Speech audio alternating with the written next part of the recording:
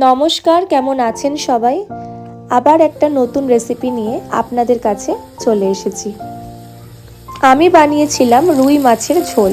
রুই মাছের ঝোল বানানোর জন্য আমি প্রথমে রুই মাছটাকে তেলের মধ্যে ভালো করে ভেজে নিয়েছিলাম। রুই মাছটা ভাজা ভাজা করে তারপর তেলের মধ্যে আলুগুলো খুব ভালো করে ভেজে নিয়েছিলাম। আলুগুলো কিন্তু দেখতেই পাচ্ছ আমি লাল লাল করে ভেজেছি। অন্যদিকে আমি মিক্সিং জারের মধ্যে আদা, শুকনো লঙ্কা আর কিছুটা পরিমাণ জিরে দিয়ে মিক্সিতে ব্লেন্ড করে নিয়েছিলাম। আলুগুলো লাল লাল করে ভাজার পর মাছের সাথে তুলে রেখেছিলাম। আর এইদিকে যে পরিমাণ কড়াইতে তেল বেঁচেছিল তার মধ্যেই কালো জিরে আর তেজপাতা দিয়ে কিছুটা পরিমাণ পেঁয়াজ দিয়ে ভালো করে ভাজা ভাজা করে নিয়েছিলাম।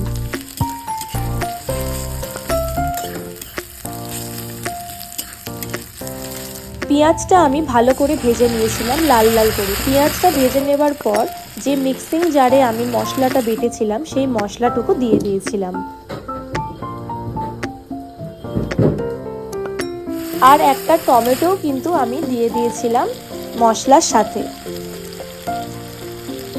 মশলাটা ভালো করে কষিয়ে নেওয়ার পর তার মধ্যে নুন, হলুদের গুঁড়ো আর তার সাথে লঙ্কার গুঁড়ো, এবার ঝালটা তোমরা তোমাদের পরিমাণ মতো দেবে, আর দিয়ে দিয়েছিলাম জিরে গুঁড়ো, দিয়ে ভালো করে সব মশলাটাকে একসাথে মিশিয়ে নিয়েছিলাম। মশলাটা ভালো করে মিশে যাওয়ার পর তার মধ্যে আমি আলুগুলো দিয়ে দিয়েছিলাম। আলু দিয়ে বেশ কিছুক্ষণ মশলাটাকে আলুর সাথে কষিয়ে নিয়েছিলাম। মশলা আর আলুটা ভালো করে কষানো হয়ে গেলে তার মধ্যে আমি দিয়ে দিয়েছিলাম সামান্য পরিমাণ জল। জলটা আর তোমরা তোমাদের পরিমাণ মতো দেবে। আমার যতটা জলের প্রয়োজন ছিল দেওয়ার, যতটা আমি ঝোল রাখতে চাই সেই পরিমাণ আমি জল দিয়ে দিয়েছিলাম। আর তার সঙ্গে দিয়ে দিয়েছিলাম দুটো চেরা কাঁচা লঙ্কা আর ধনেপাতা। ধনেপাতা আর কাঁচা লঙ্কা দিয়ে ভালো করে ঝোলটা আমি বেশ কিছুক্ষণ ফুটিয়ে নিয়েছিলাম। এবং আমার নুনের পরিমাণটা একটু কম ছিল বলে মিডিলে আমি একটু নুনও দিয়ে দিয়েছিলাম। তারপর ঝোলটা ফুটে যাবার পর মাছগুলোকে ঝোলের মধ্যে দিয়ে দিয়েছিলাম। মাছের ঝোলটা ফুটতে থাকাকালীন আমি আমার বরের লাঞ্চ বক্সটাও রেডি করে দিচ্ছিলাম। আমি তাই জন্য একটা বক্সের মধ্যে ভাত রেডি করছিলাম, আর অন্যদিকেও মাছের ঝোলটা হয়ে গেছিলো। মাছের ঝোলটা হয়ে যাওয়ার পর লাঞ্চ বক্সের মধ্যে মাছের ঝোলটাও প্যাকিং করে দিয়েছিলাম।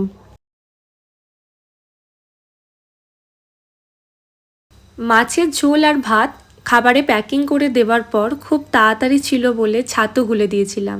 ছাতু খেয়ে চলে গেল ও কাজে।